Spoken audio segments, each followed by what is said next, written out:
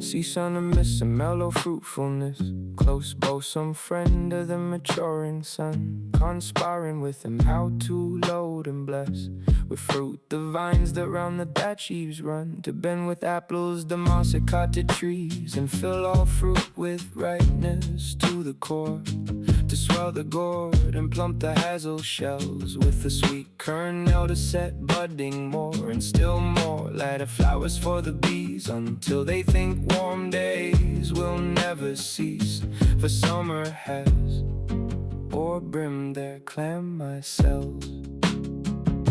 Who have not seen thee oft amid thy store?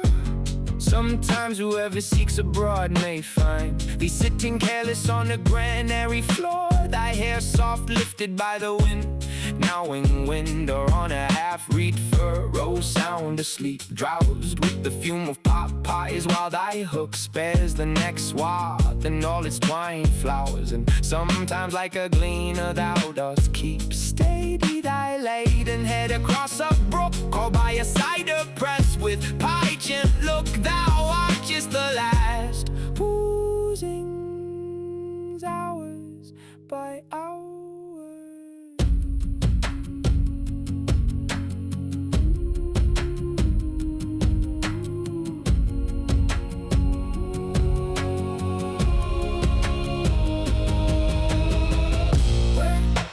Songs of spring, songs of spring. Hey, where are they? Where are they? Think not of them. Thou hast thy music too. While broad clouds bloom the soft dying day, and touch the stubble plains with rosy hue.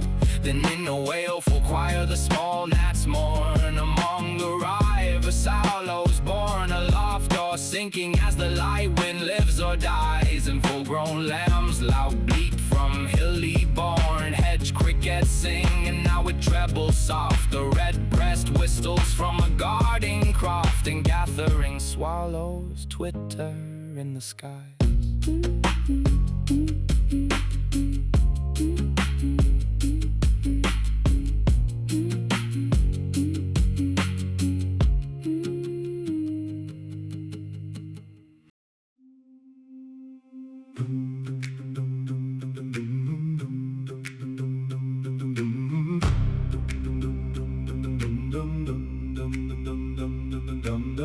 A thing of beauty is a joy forever.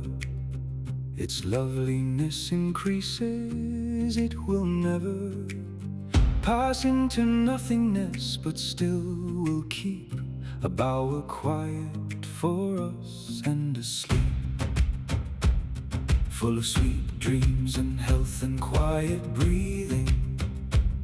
Therefore on every morrow are we wreathing a flowery band to bind us to the earth, spite of despondence of the inhuman dearth of noble natures, of the gloomy days, of all the unhealthy and o'er-darkened ways, made for our searching. Yes, in spite of all, some shape of beauty moves away the pall from our dark spirits, such the sun, the moon, trees old and young, sprouting a shady boom for simple sheep, and such are daffodils, with the green world they live in, and clear rills that for themselves a cooling covert make against the hot seas and the mid-forest break.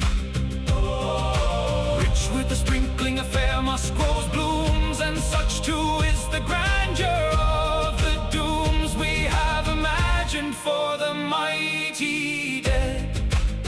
All lovely tales that we have heard or read, an endless fountain of immortal drink, pouring unto us from the heavens' brink.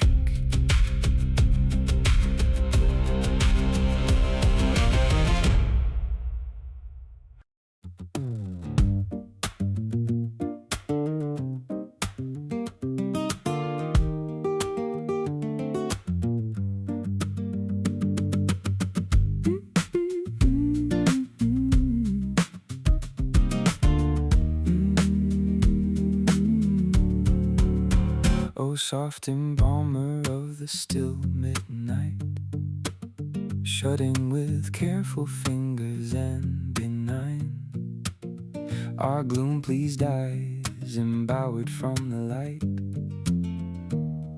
enshaded in forgetfulness divine. Oh, soothe this sleep, if so it please thee close, in midst of this thine hymn, my willing eyes. Oh, wait the aim in it, thy poppy throws around my bed its lulling charities. Then save me, or the past day will shine upon my pillow, breeding many woes. Save me from curious conscience that still lords its strength for darkness, burrowing like a mole. Turn the key deftly in the oiled wards, and seal the hushed casket of my soul.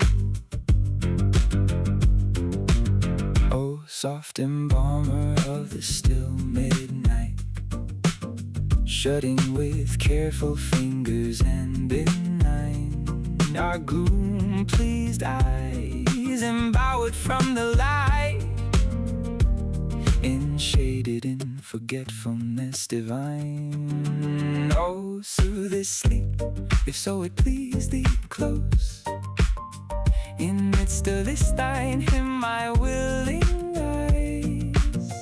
Oh, wait the aim in it, thy poppy throws around my bed its lulling charities. Then save me, or the past day will shine upon my pillow, breeding many woes. Save me from curious conscience that still lords its strength for darkness, burrowing like a mole. Turn the key deftly in the oiled boards, and seal the hushed casket of my soul. Seal the hushed casket of my soul.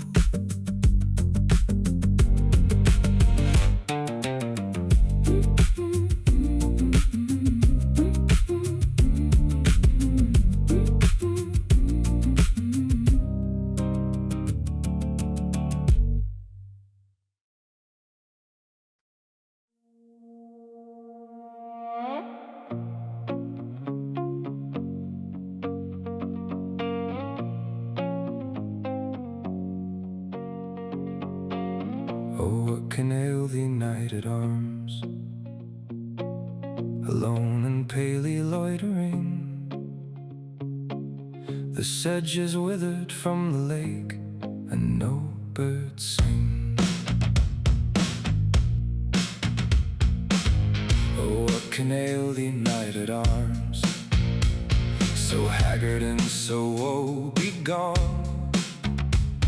The squirrel's granary is full, and the harvest done.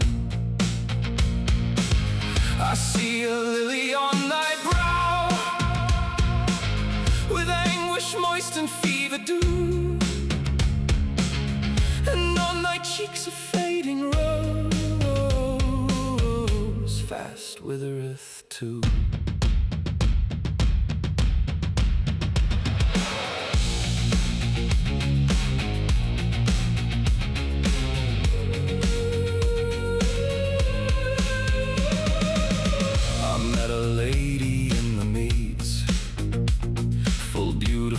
The fairy's child, her hair was long, her foot was light, and her eyes were wild. I made a garland for her head, and bracelets too, and fragrance on. She looked at me as she did love, and made sweet moan. I set her on my pacing steed, and nothing else all day long. For sidelong would she lean and sing a notes of relish sweet and honey wild and manna dew. And sure in language strange she said, I love thee true. She took me to her elfin grot, and there she wept and sighed full sore. And there I shut her wild, wild eyes with kisses for. And there she lulled me asleep, and there I dreamed our woe betide. The latest dream I ever dreamt on the cold hillside. I saw pale kings and princes too, pale warriors, death pale were they all. They cried, La Belle Dame, sans Merci, thee hath in thrall.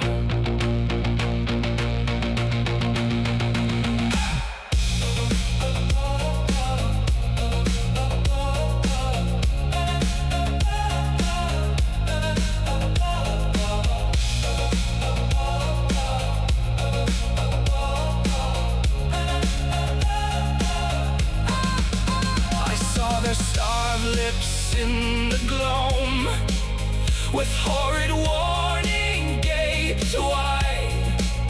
And I awoke and found me here on the cold hillside. And this is why I sojourn here, alone and palely loitering, though the sedge is withered from the lake, and no birds sing, and no birds sing, and no birds sing.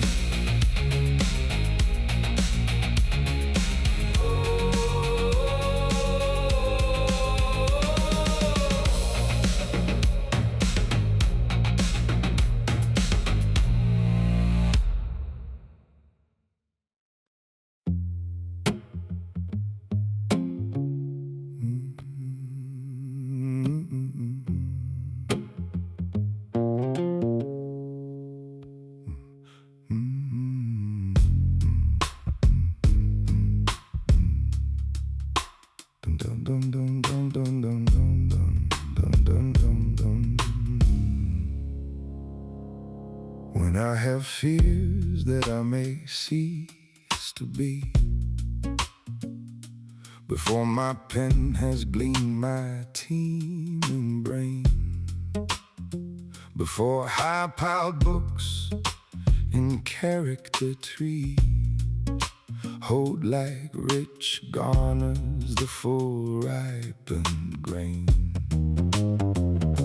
When I behold upon the night starred face huge cloudy symbols of a high romance, and think that I may never live to trace their shadows with the magic hand of chance. And when I feel, fair creature of an hour,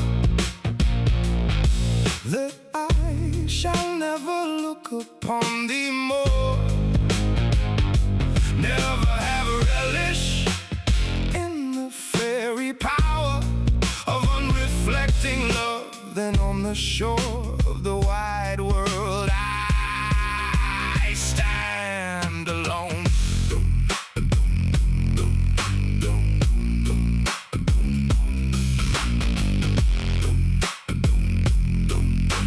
And think to love and fame, to nothingness to sink.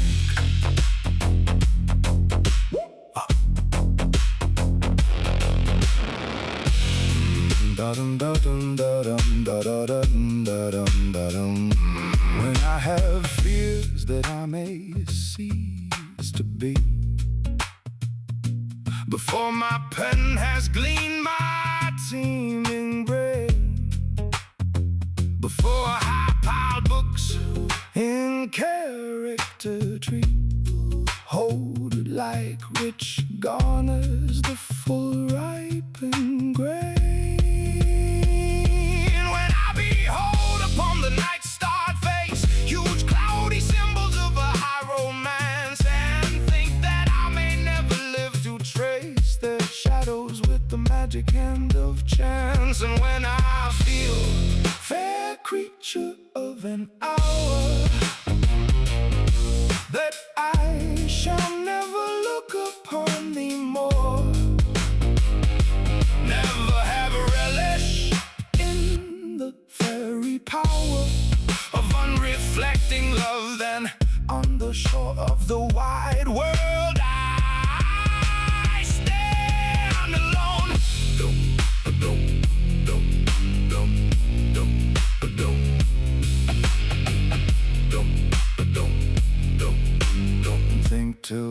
and faint to nothingness do sink.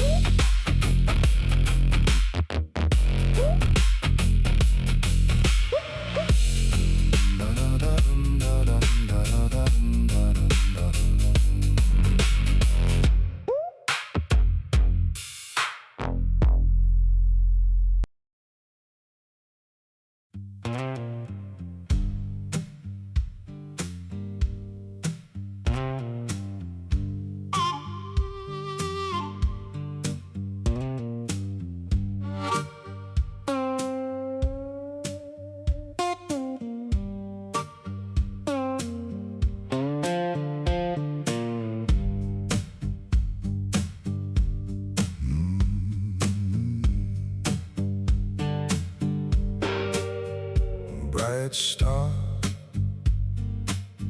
would I were steadfast as thou art, not in lone splendor, hung aloft the night, and watching with eternal lids apart, like nature's patient, sleepless airy might.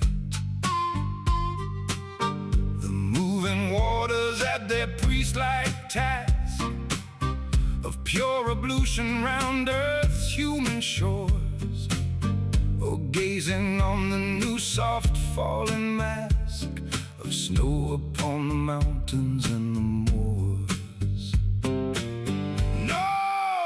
Still steadfast, still unchangeable, pillowed upon my fair love's ripening breast, to feel forever its soft fall and swell, awake forever in a sweet unrest, still to hear her tender taking breath, and so live ever, or else swoon to death.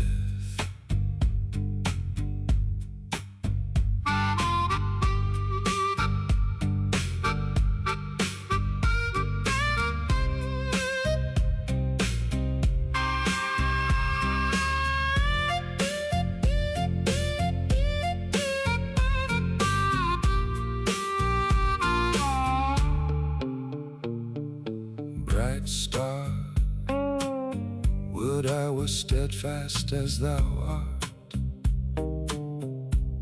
not in lone splendor, hung aloft the night, and watching with eternal lids apart, like nature's patient, sleepless airy might. The moving waters at their priest-like task of pure ablution round earth's human shores, or gazing on the new soft fallen mask of snow upon the mountains and the moors. No!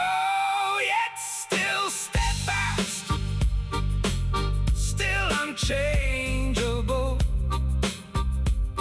pillowed upon my fair love's ripening breast, to feel forever its soft fall and swell, awake forever in a sweet unrest, still to hear her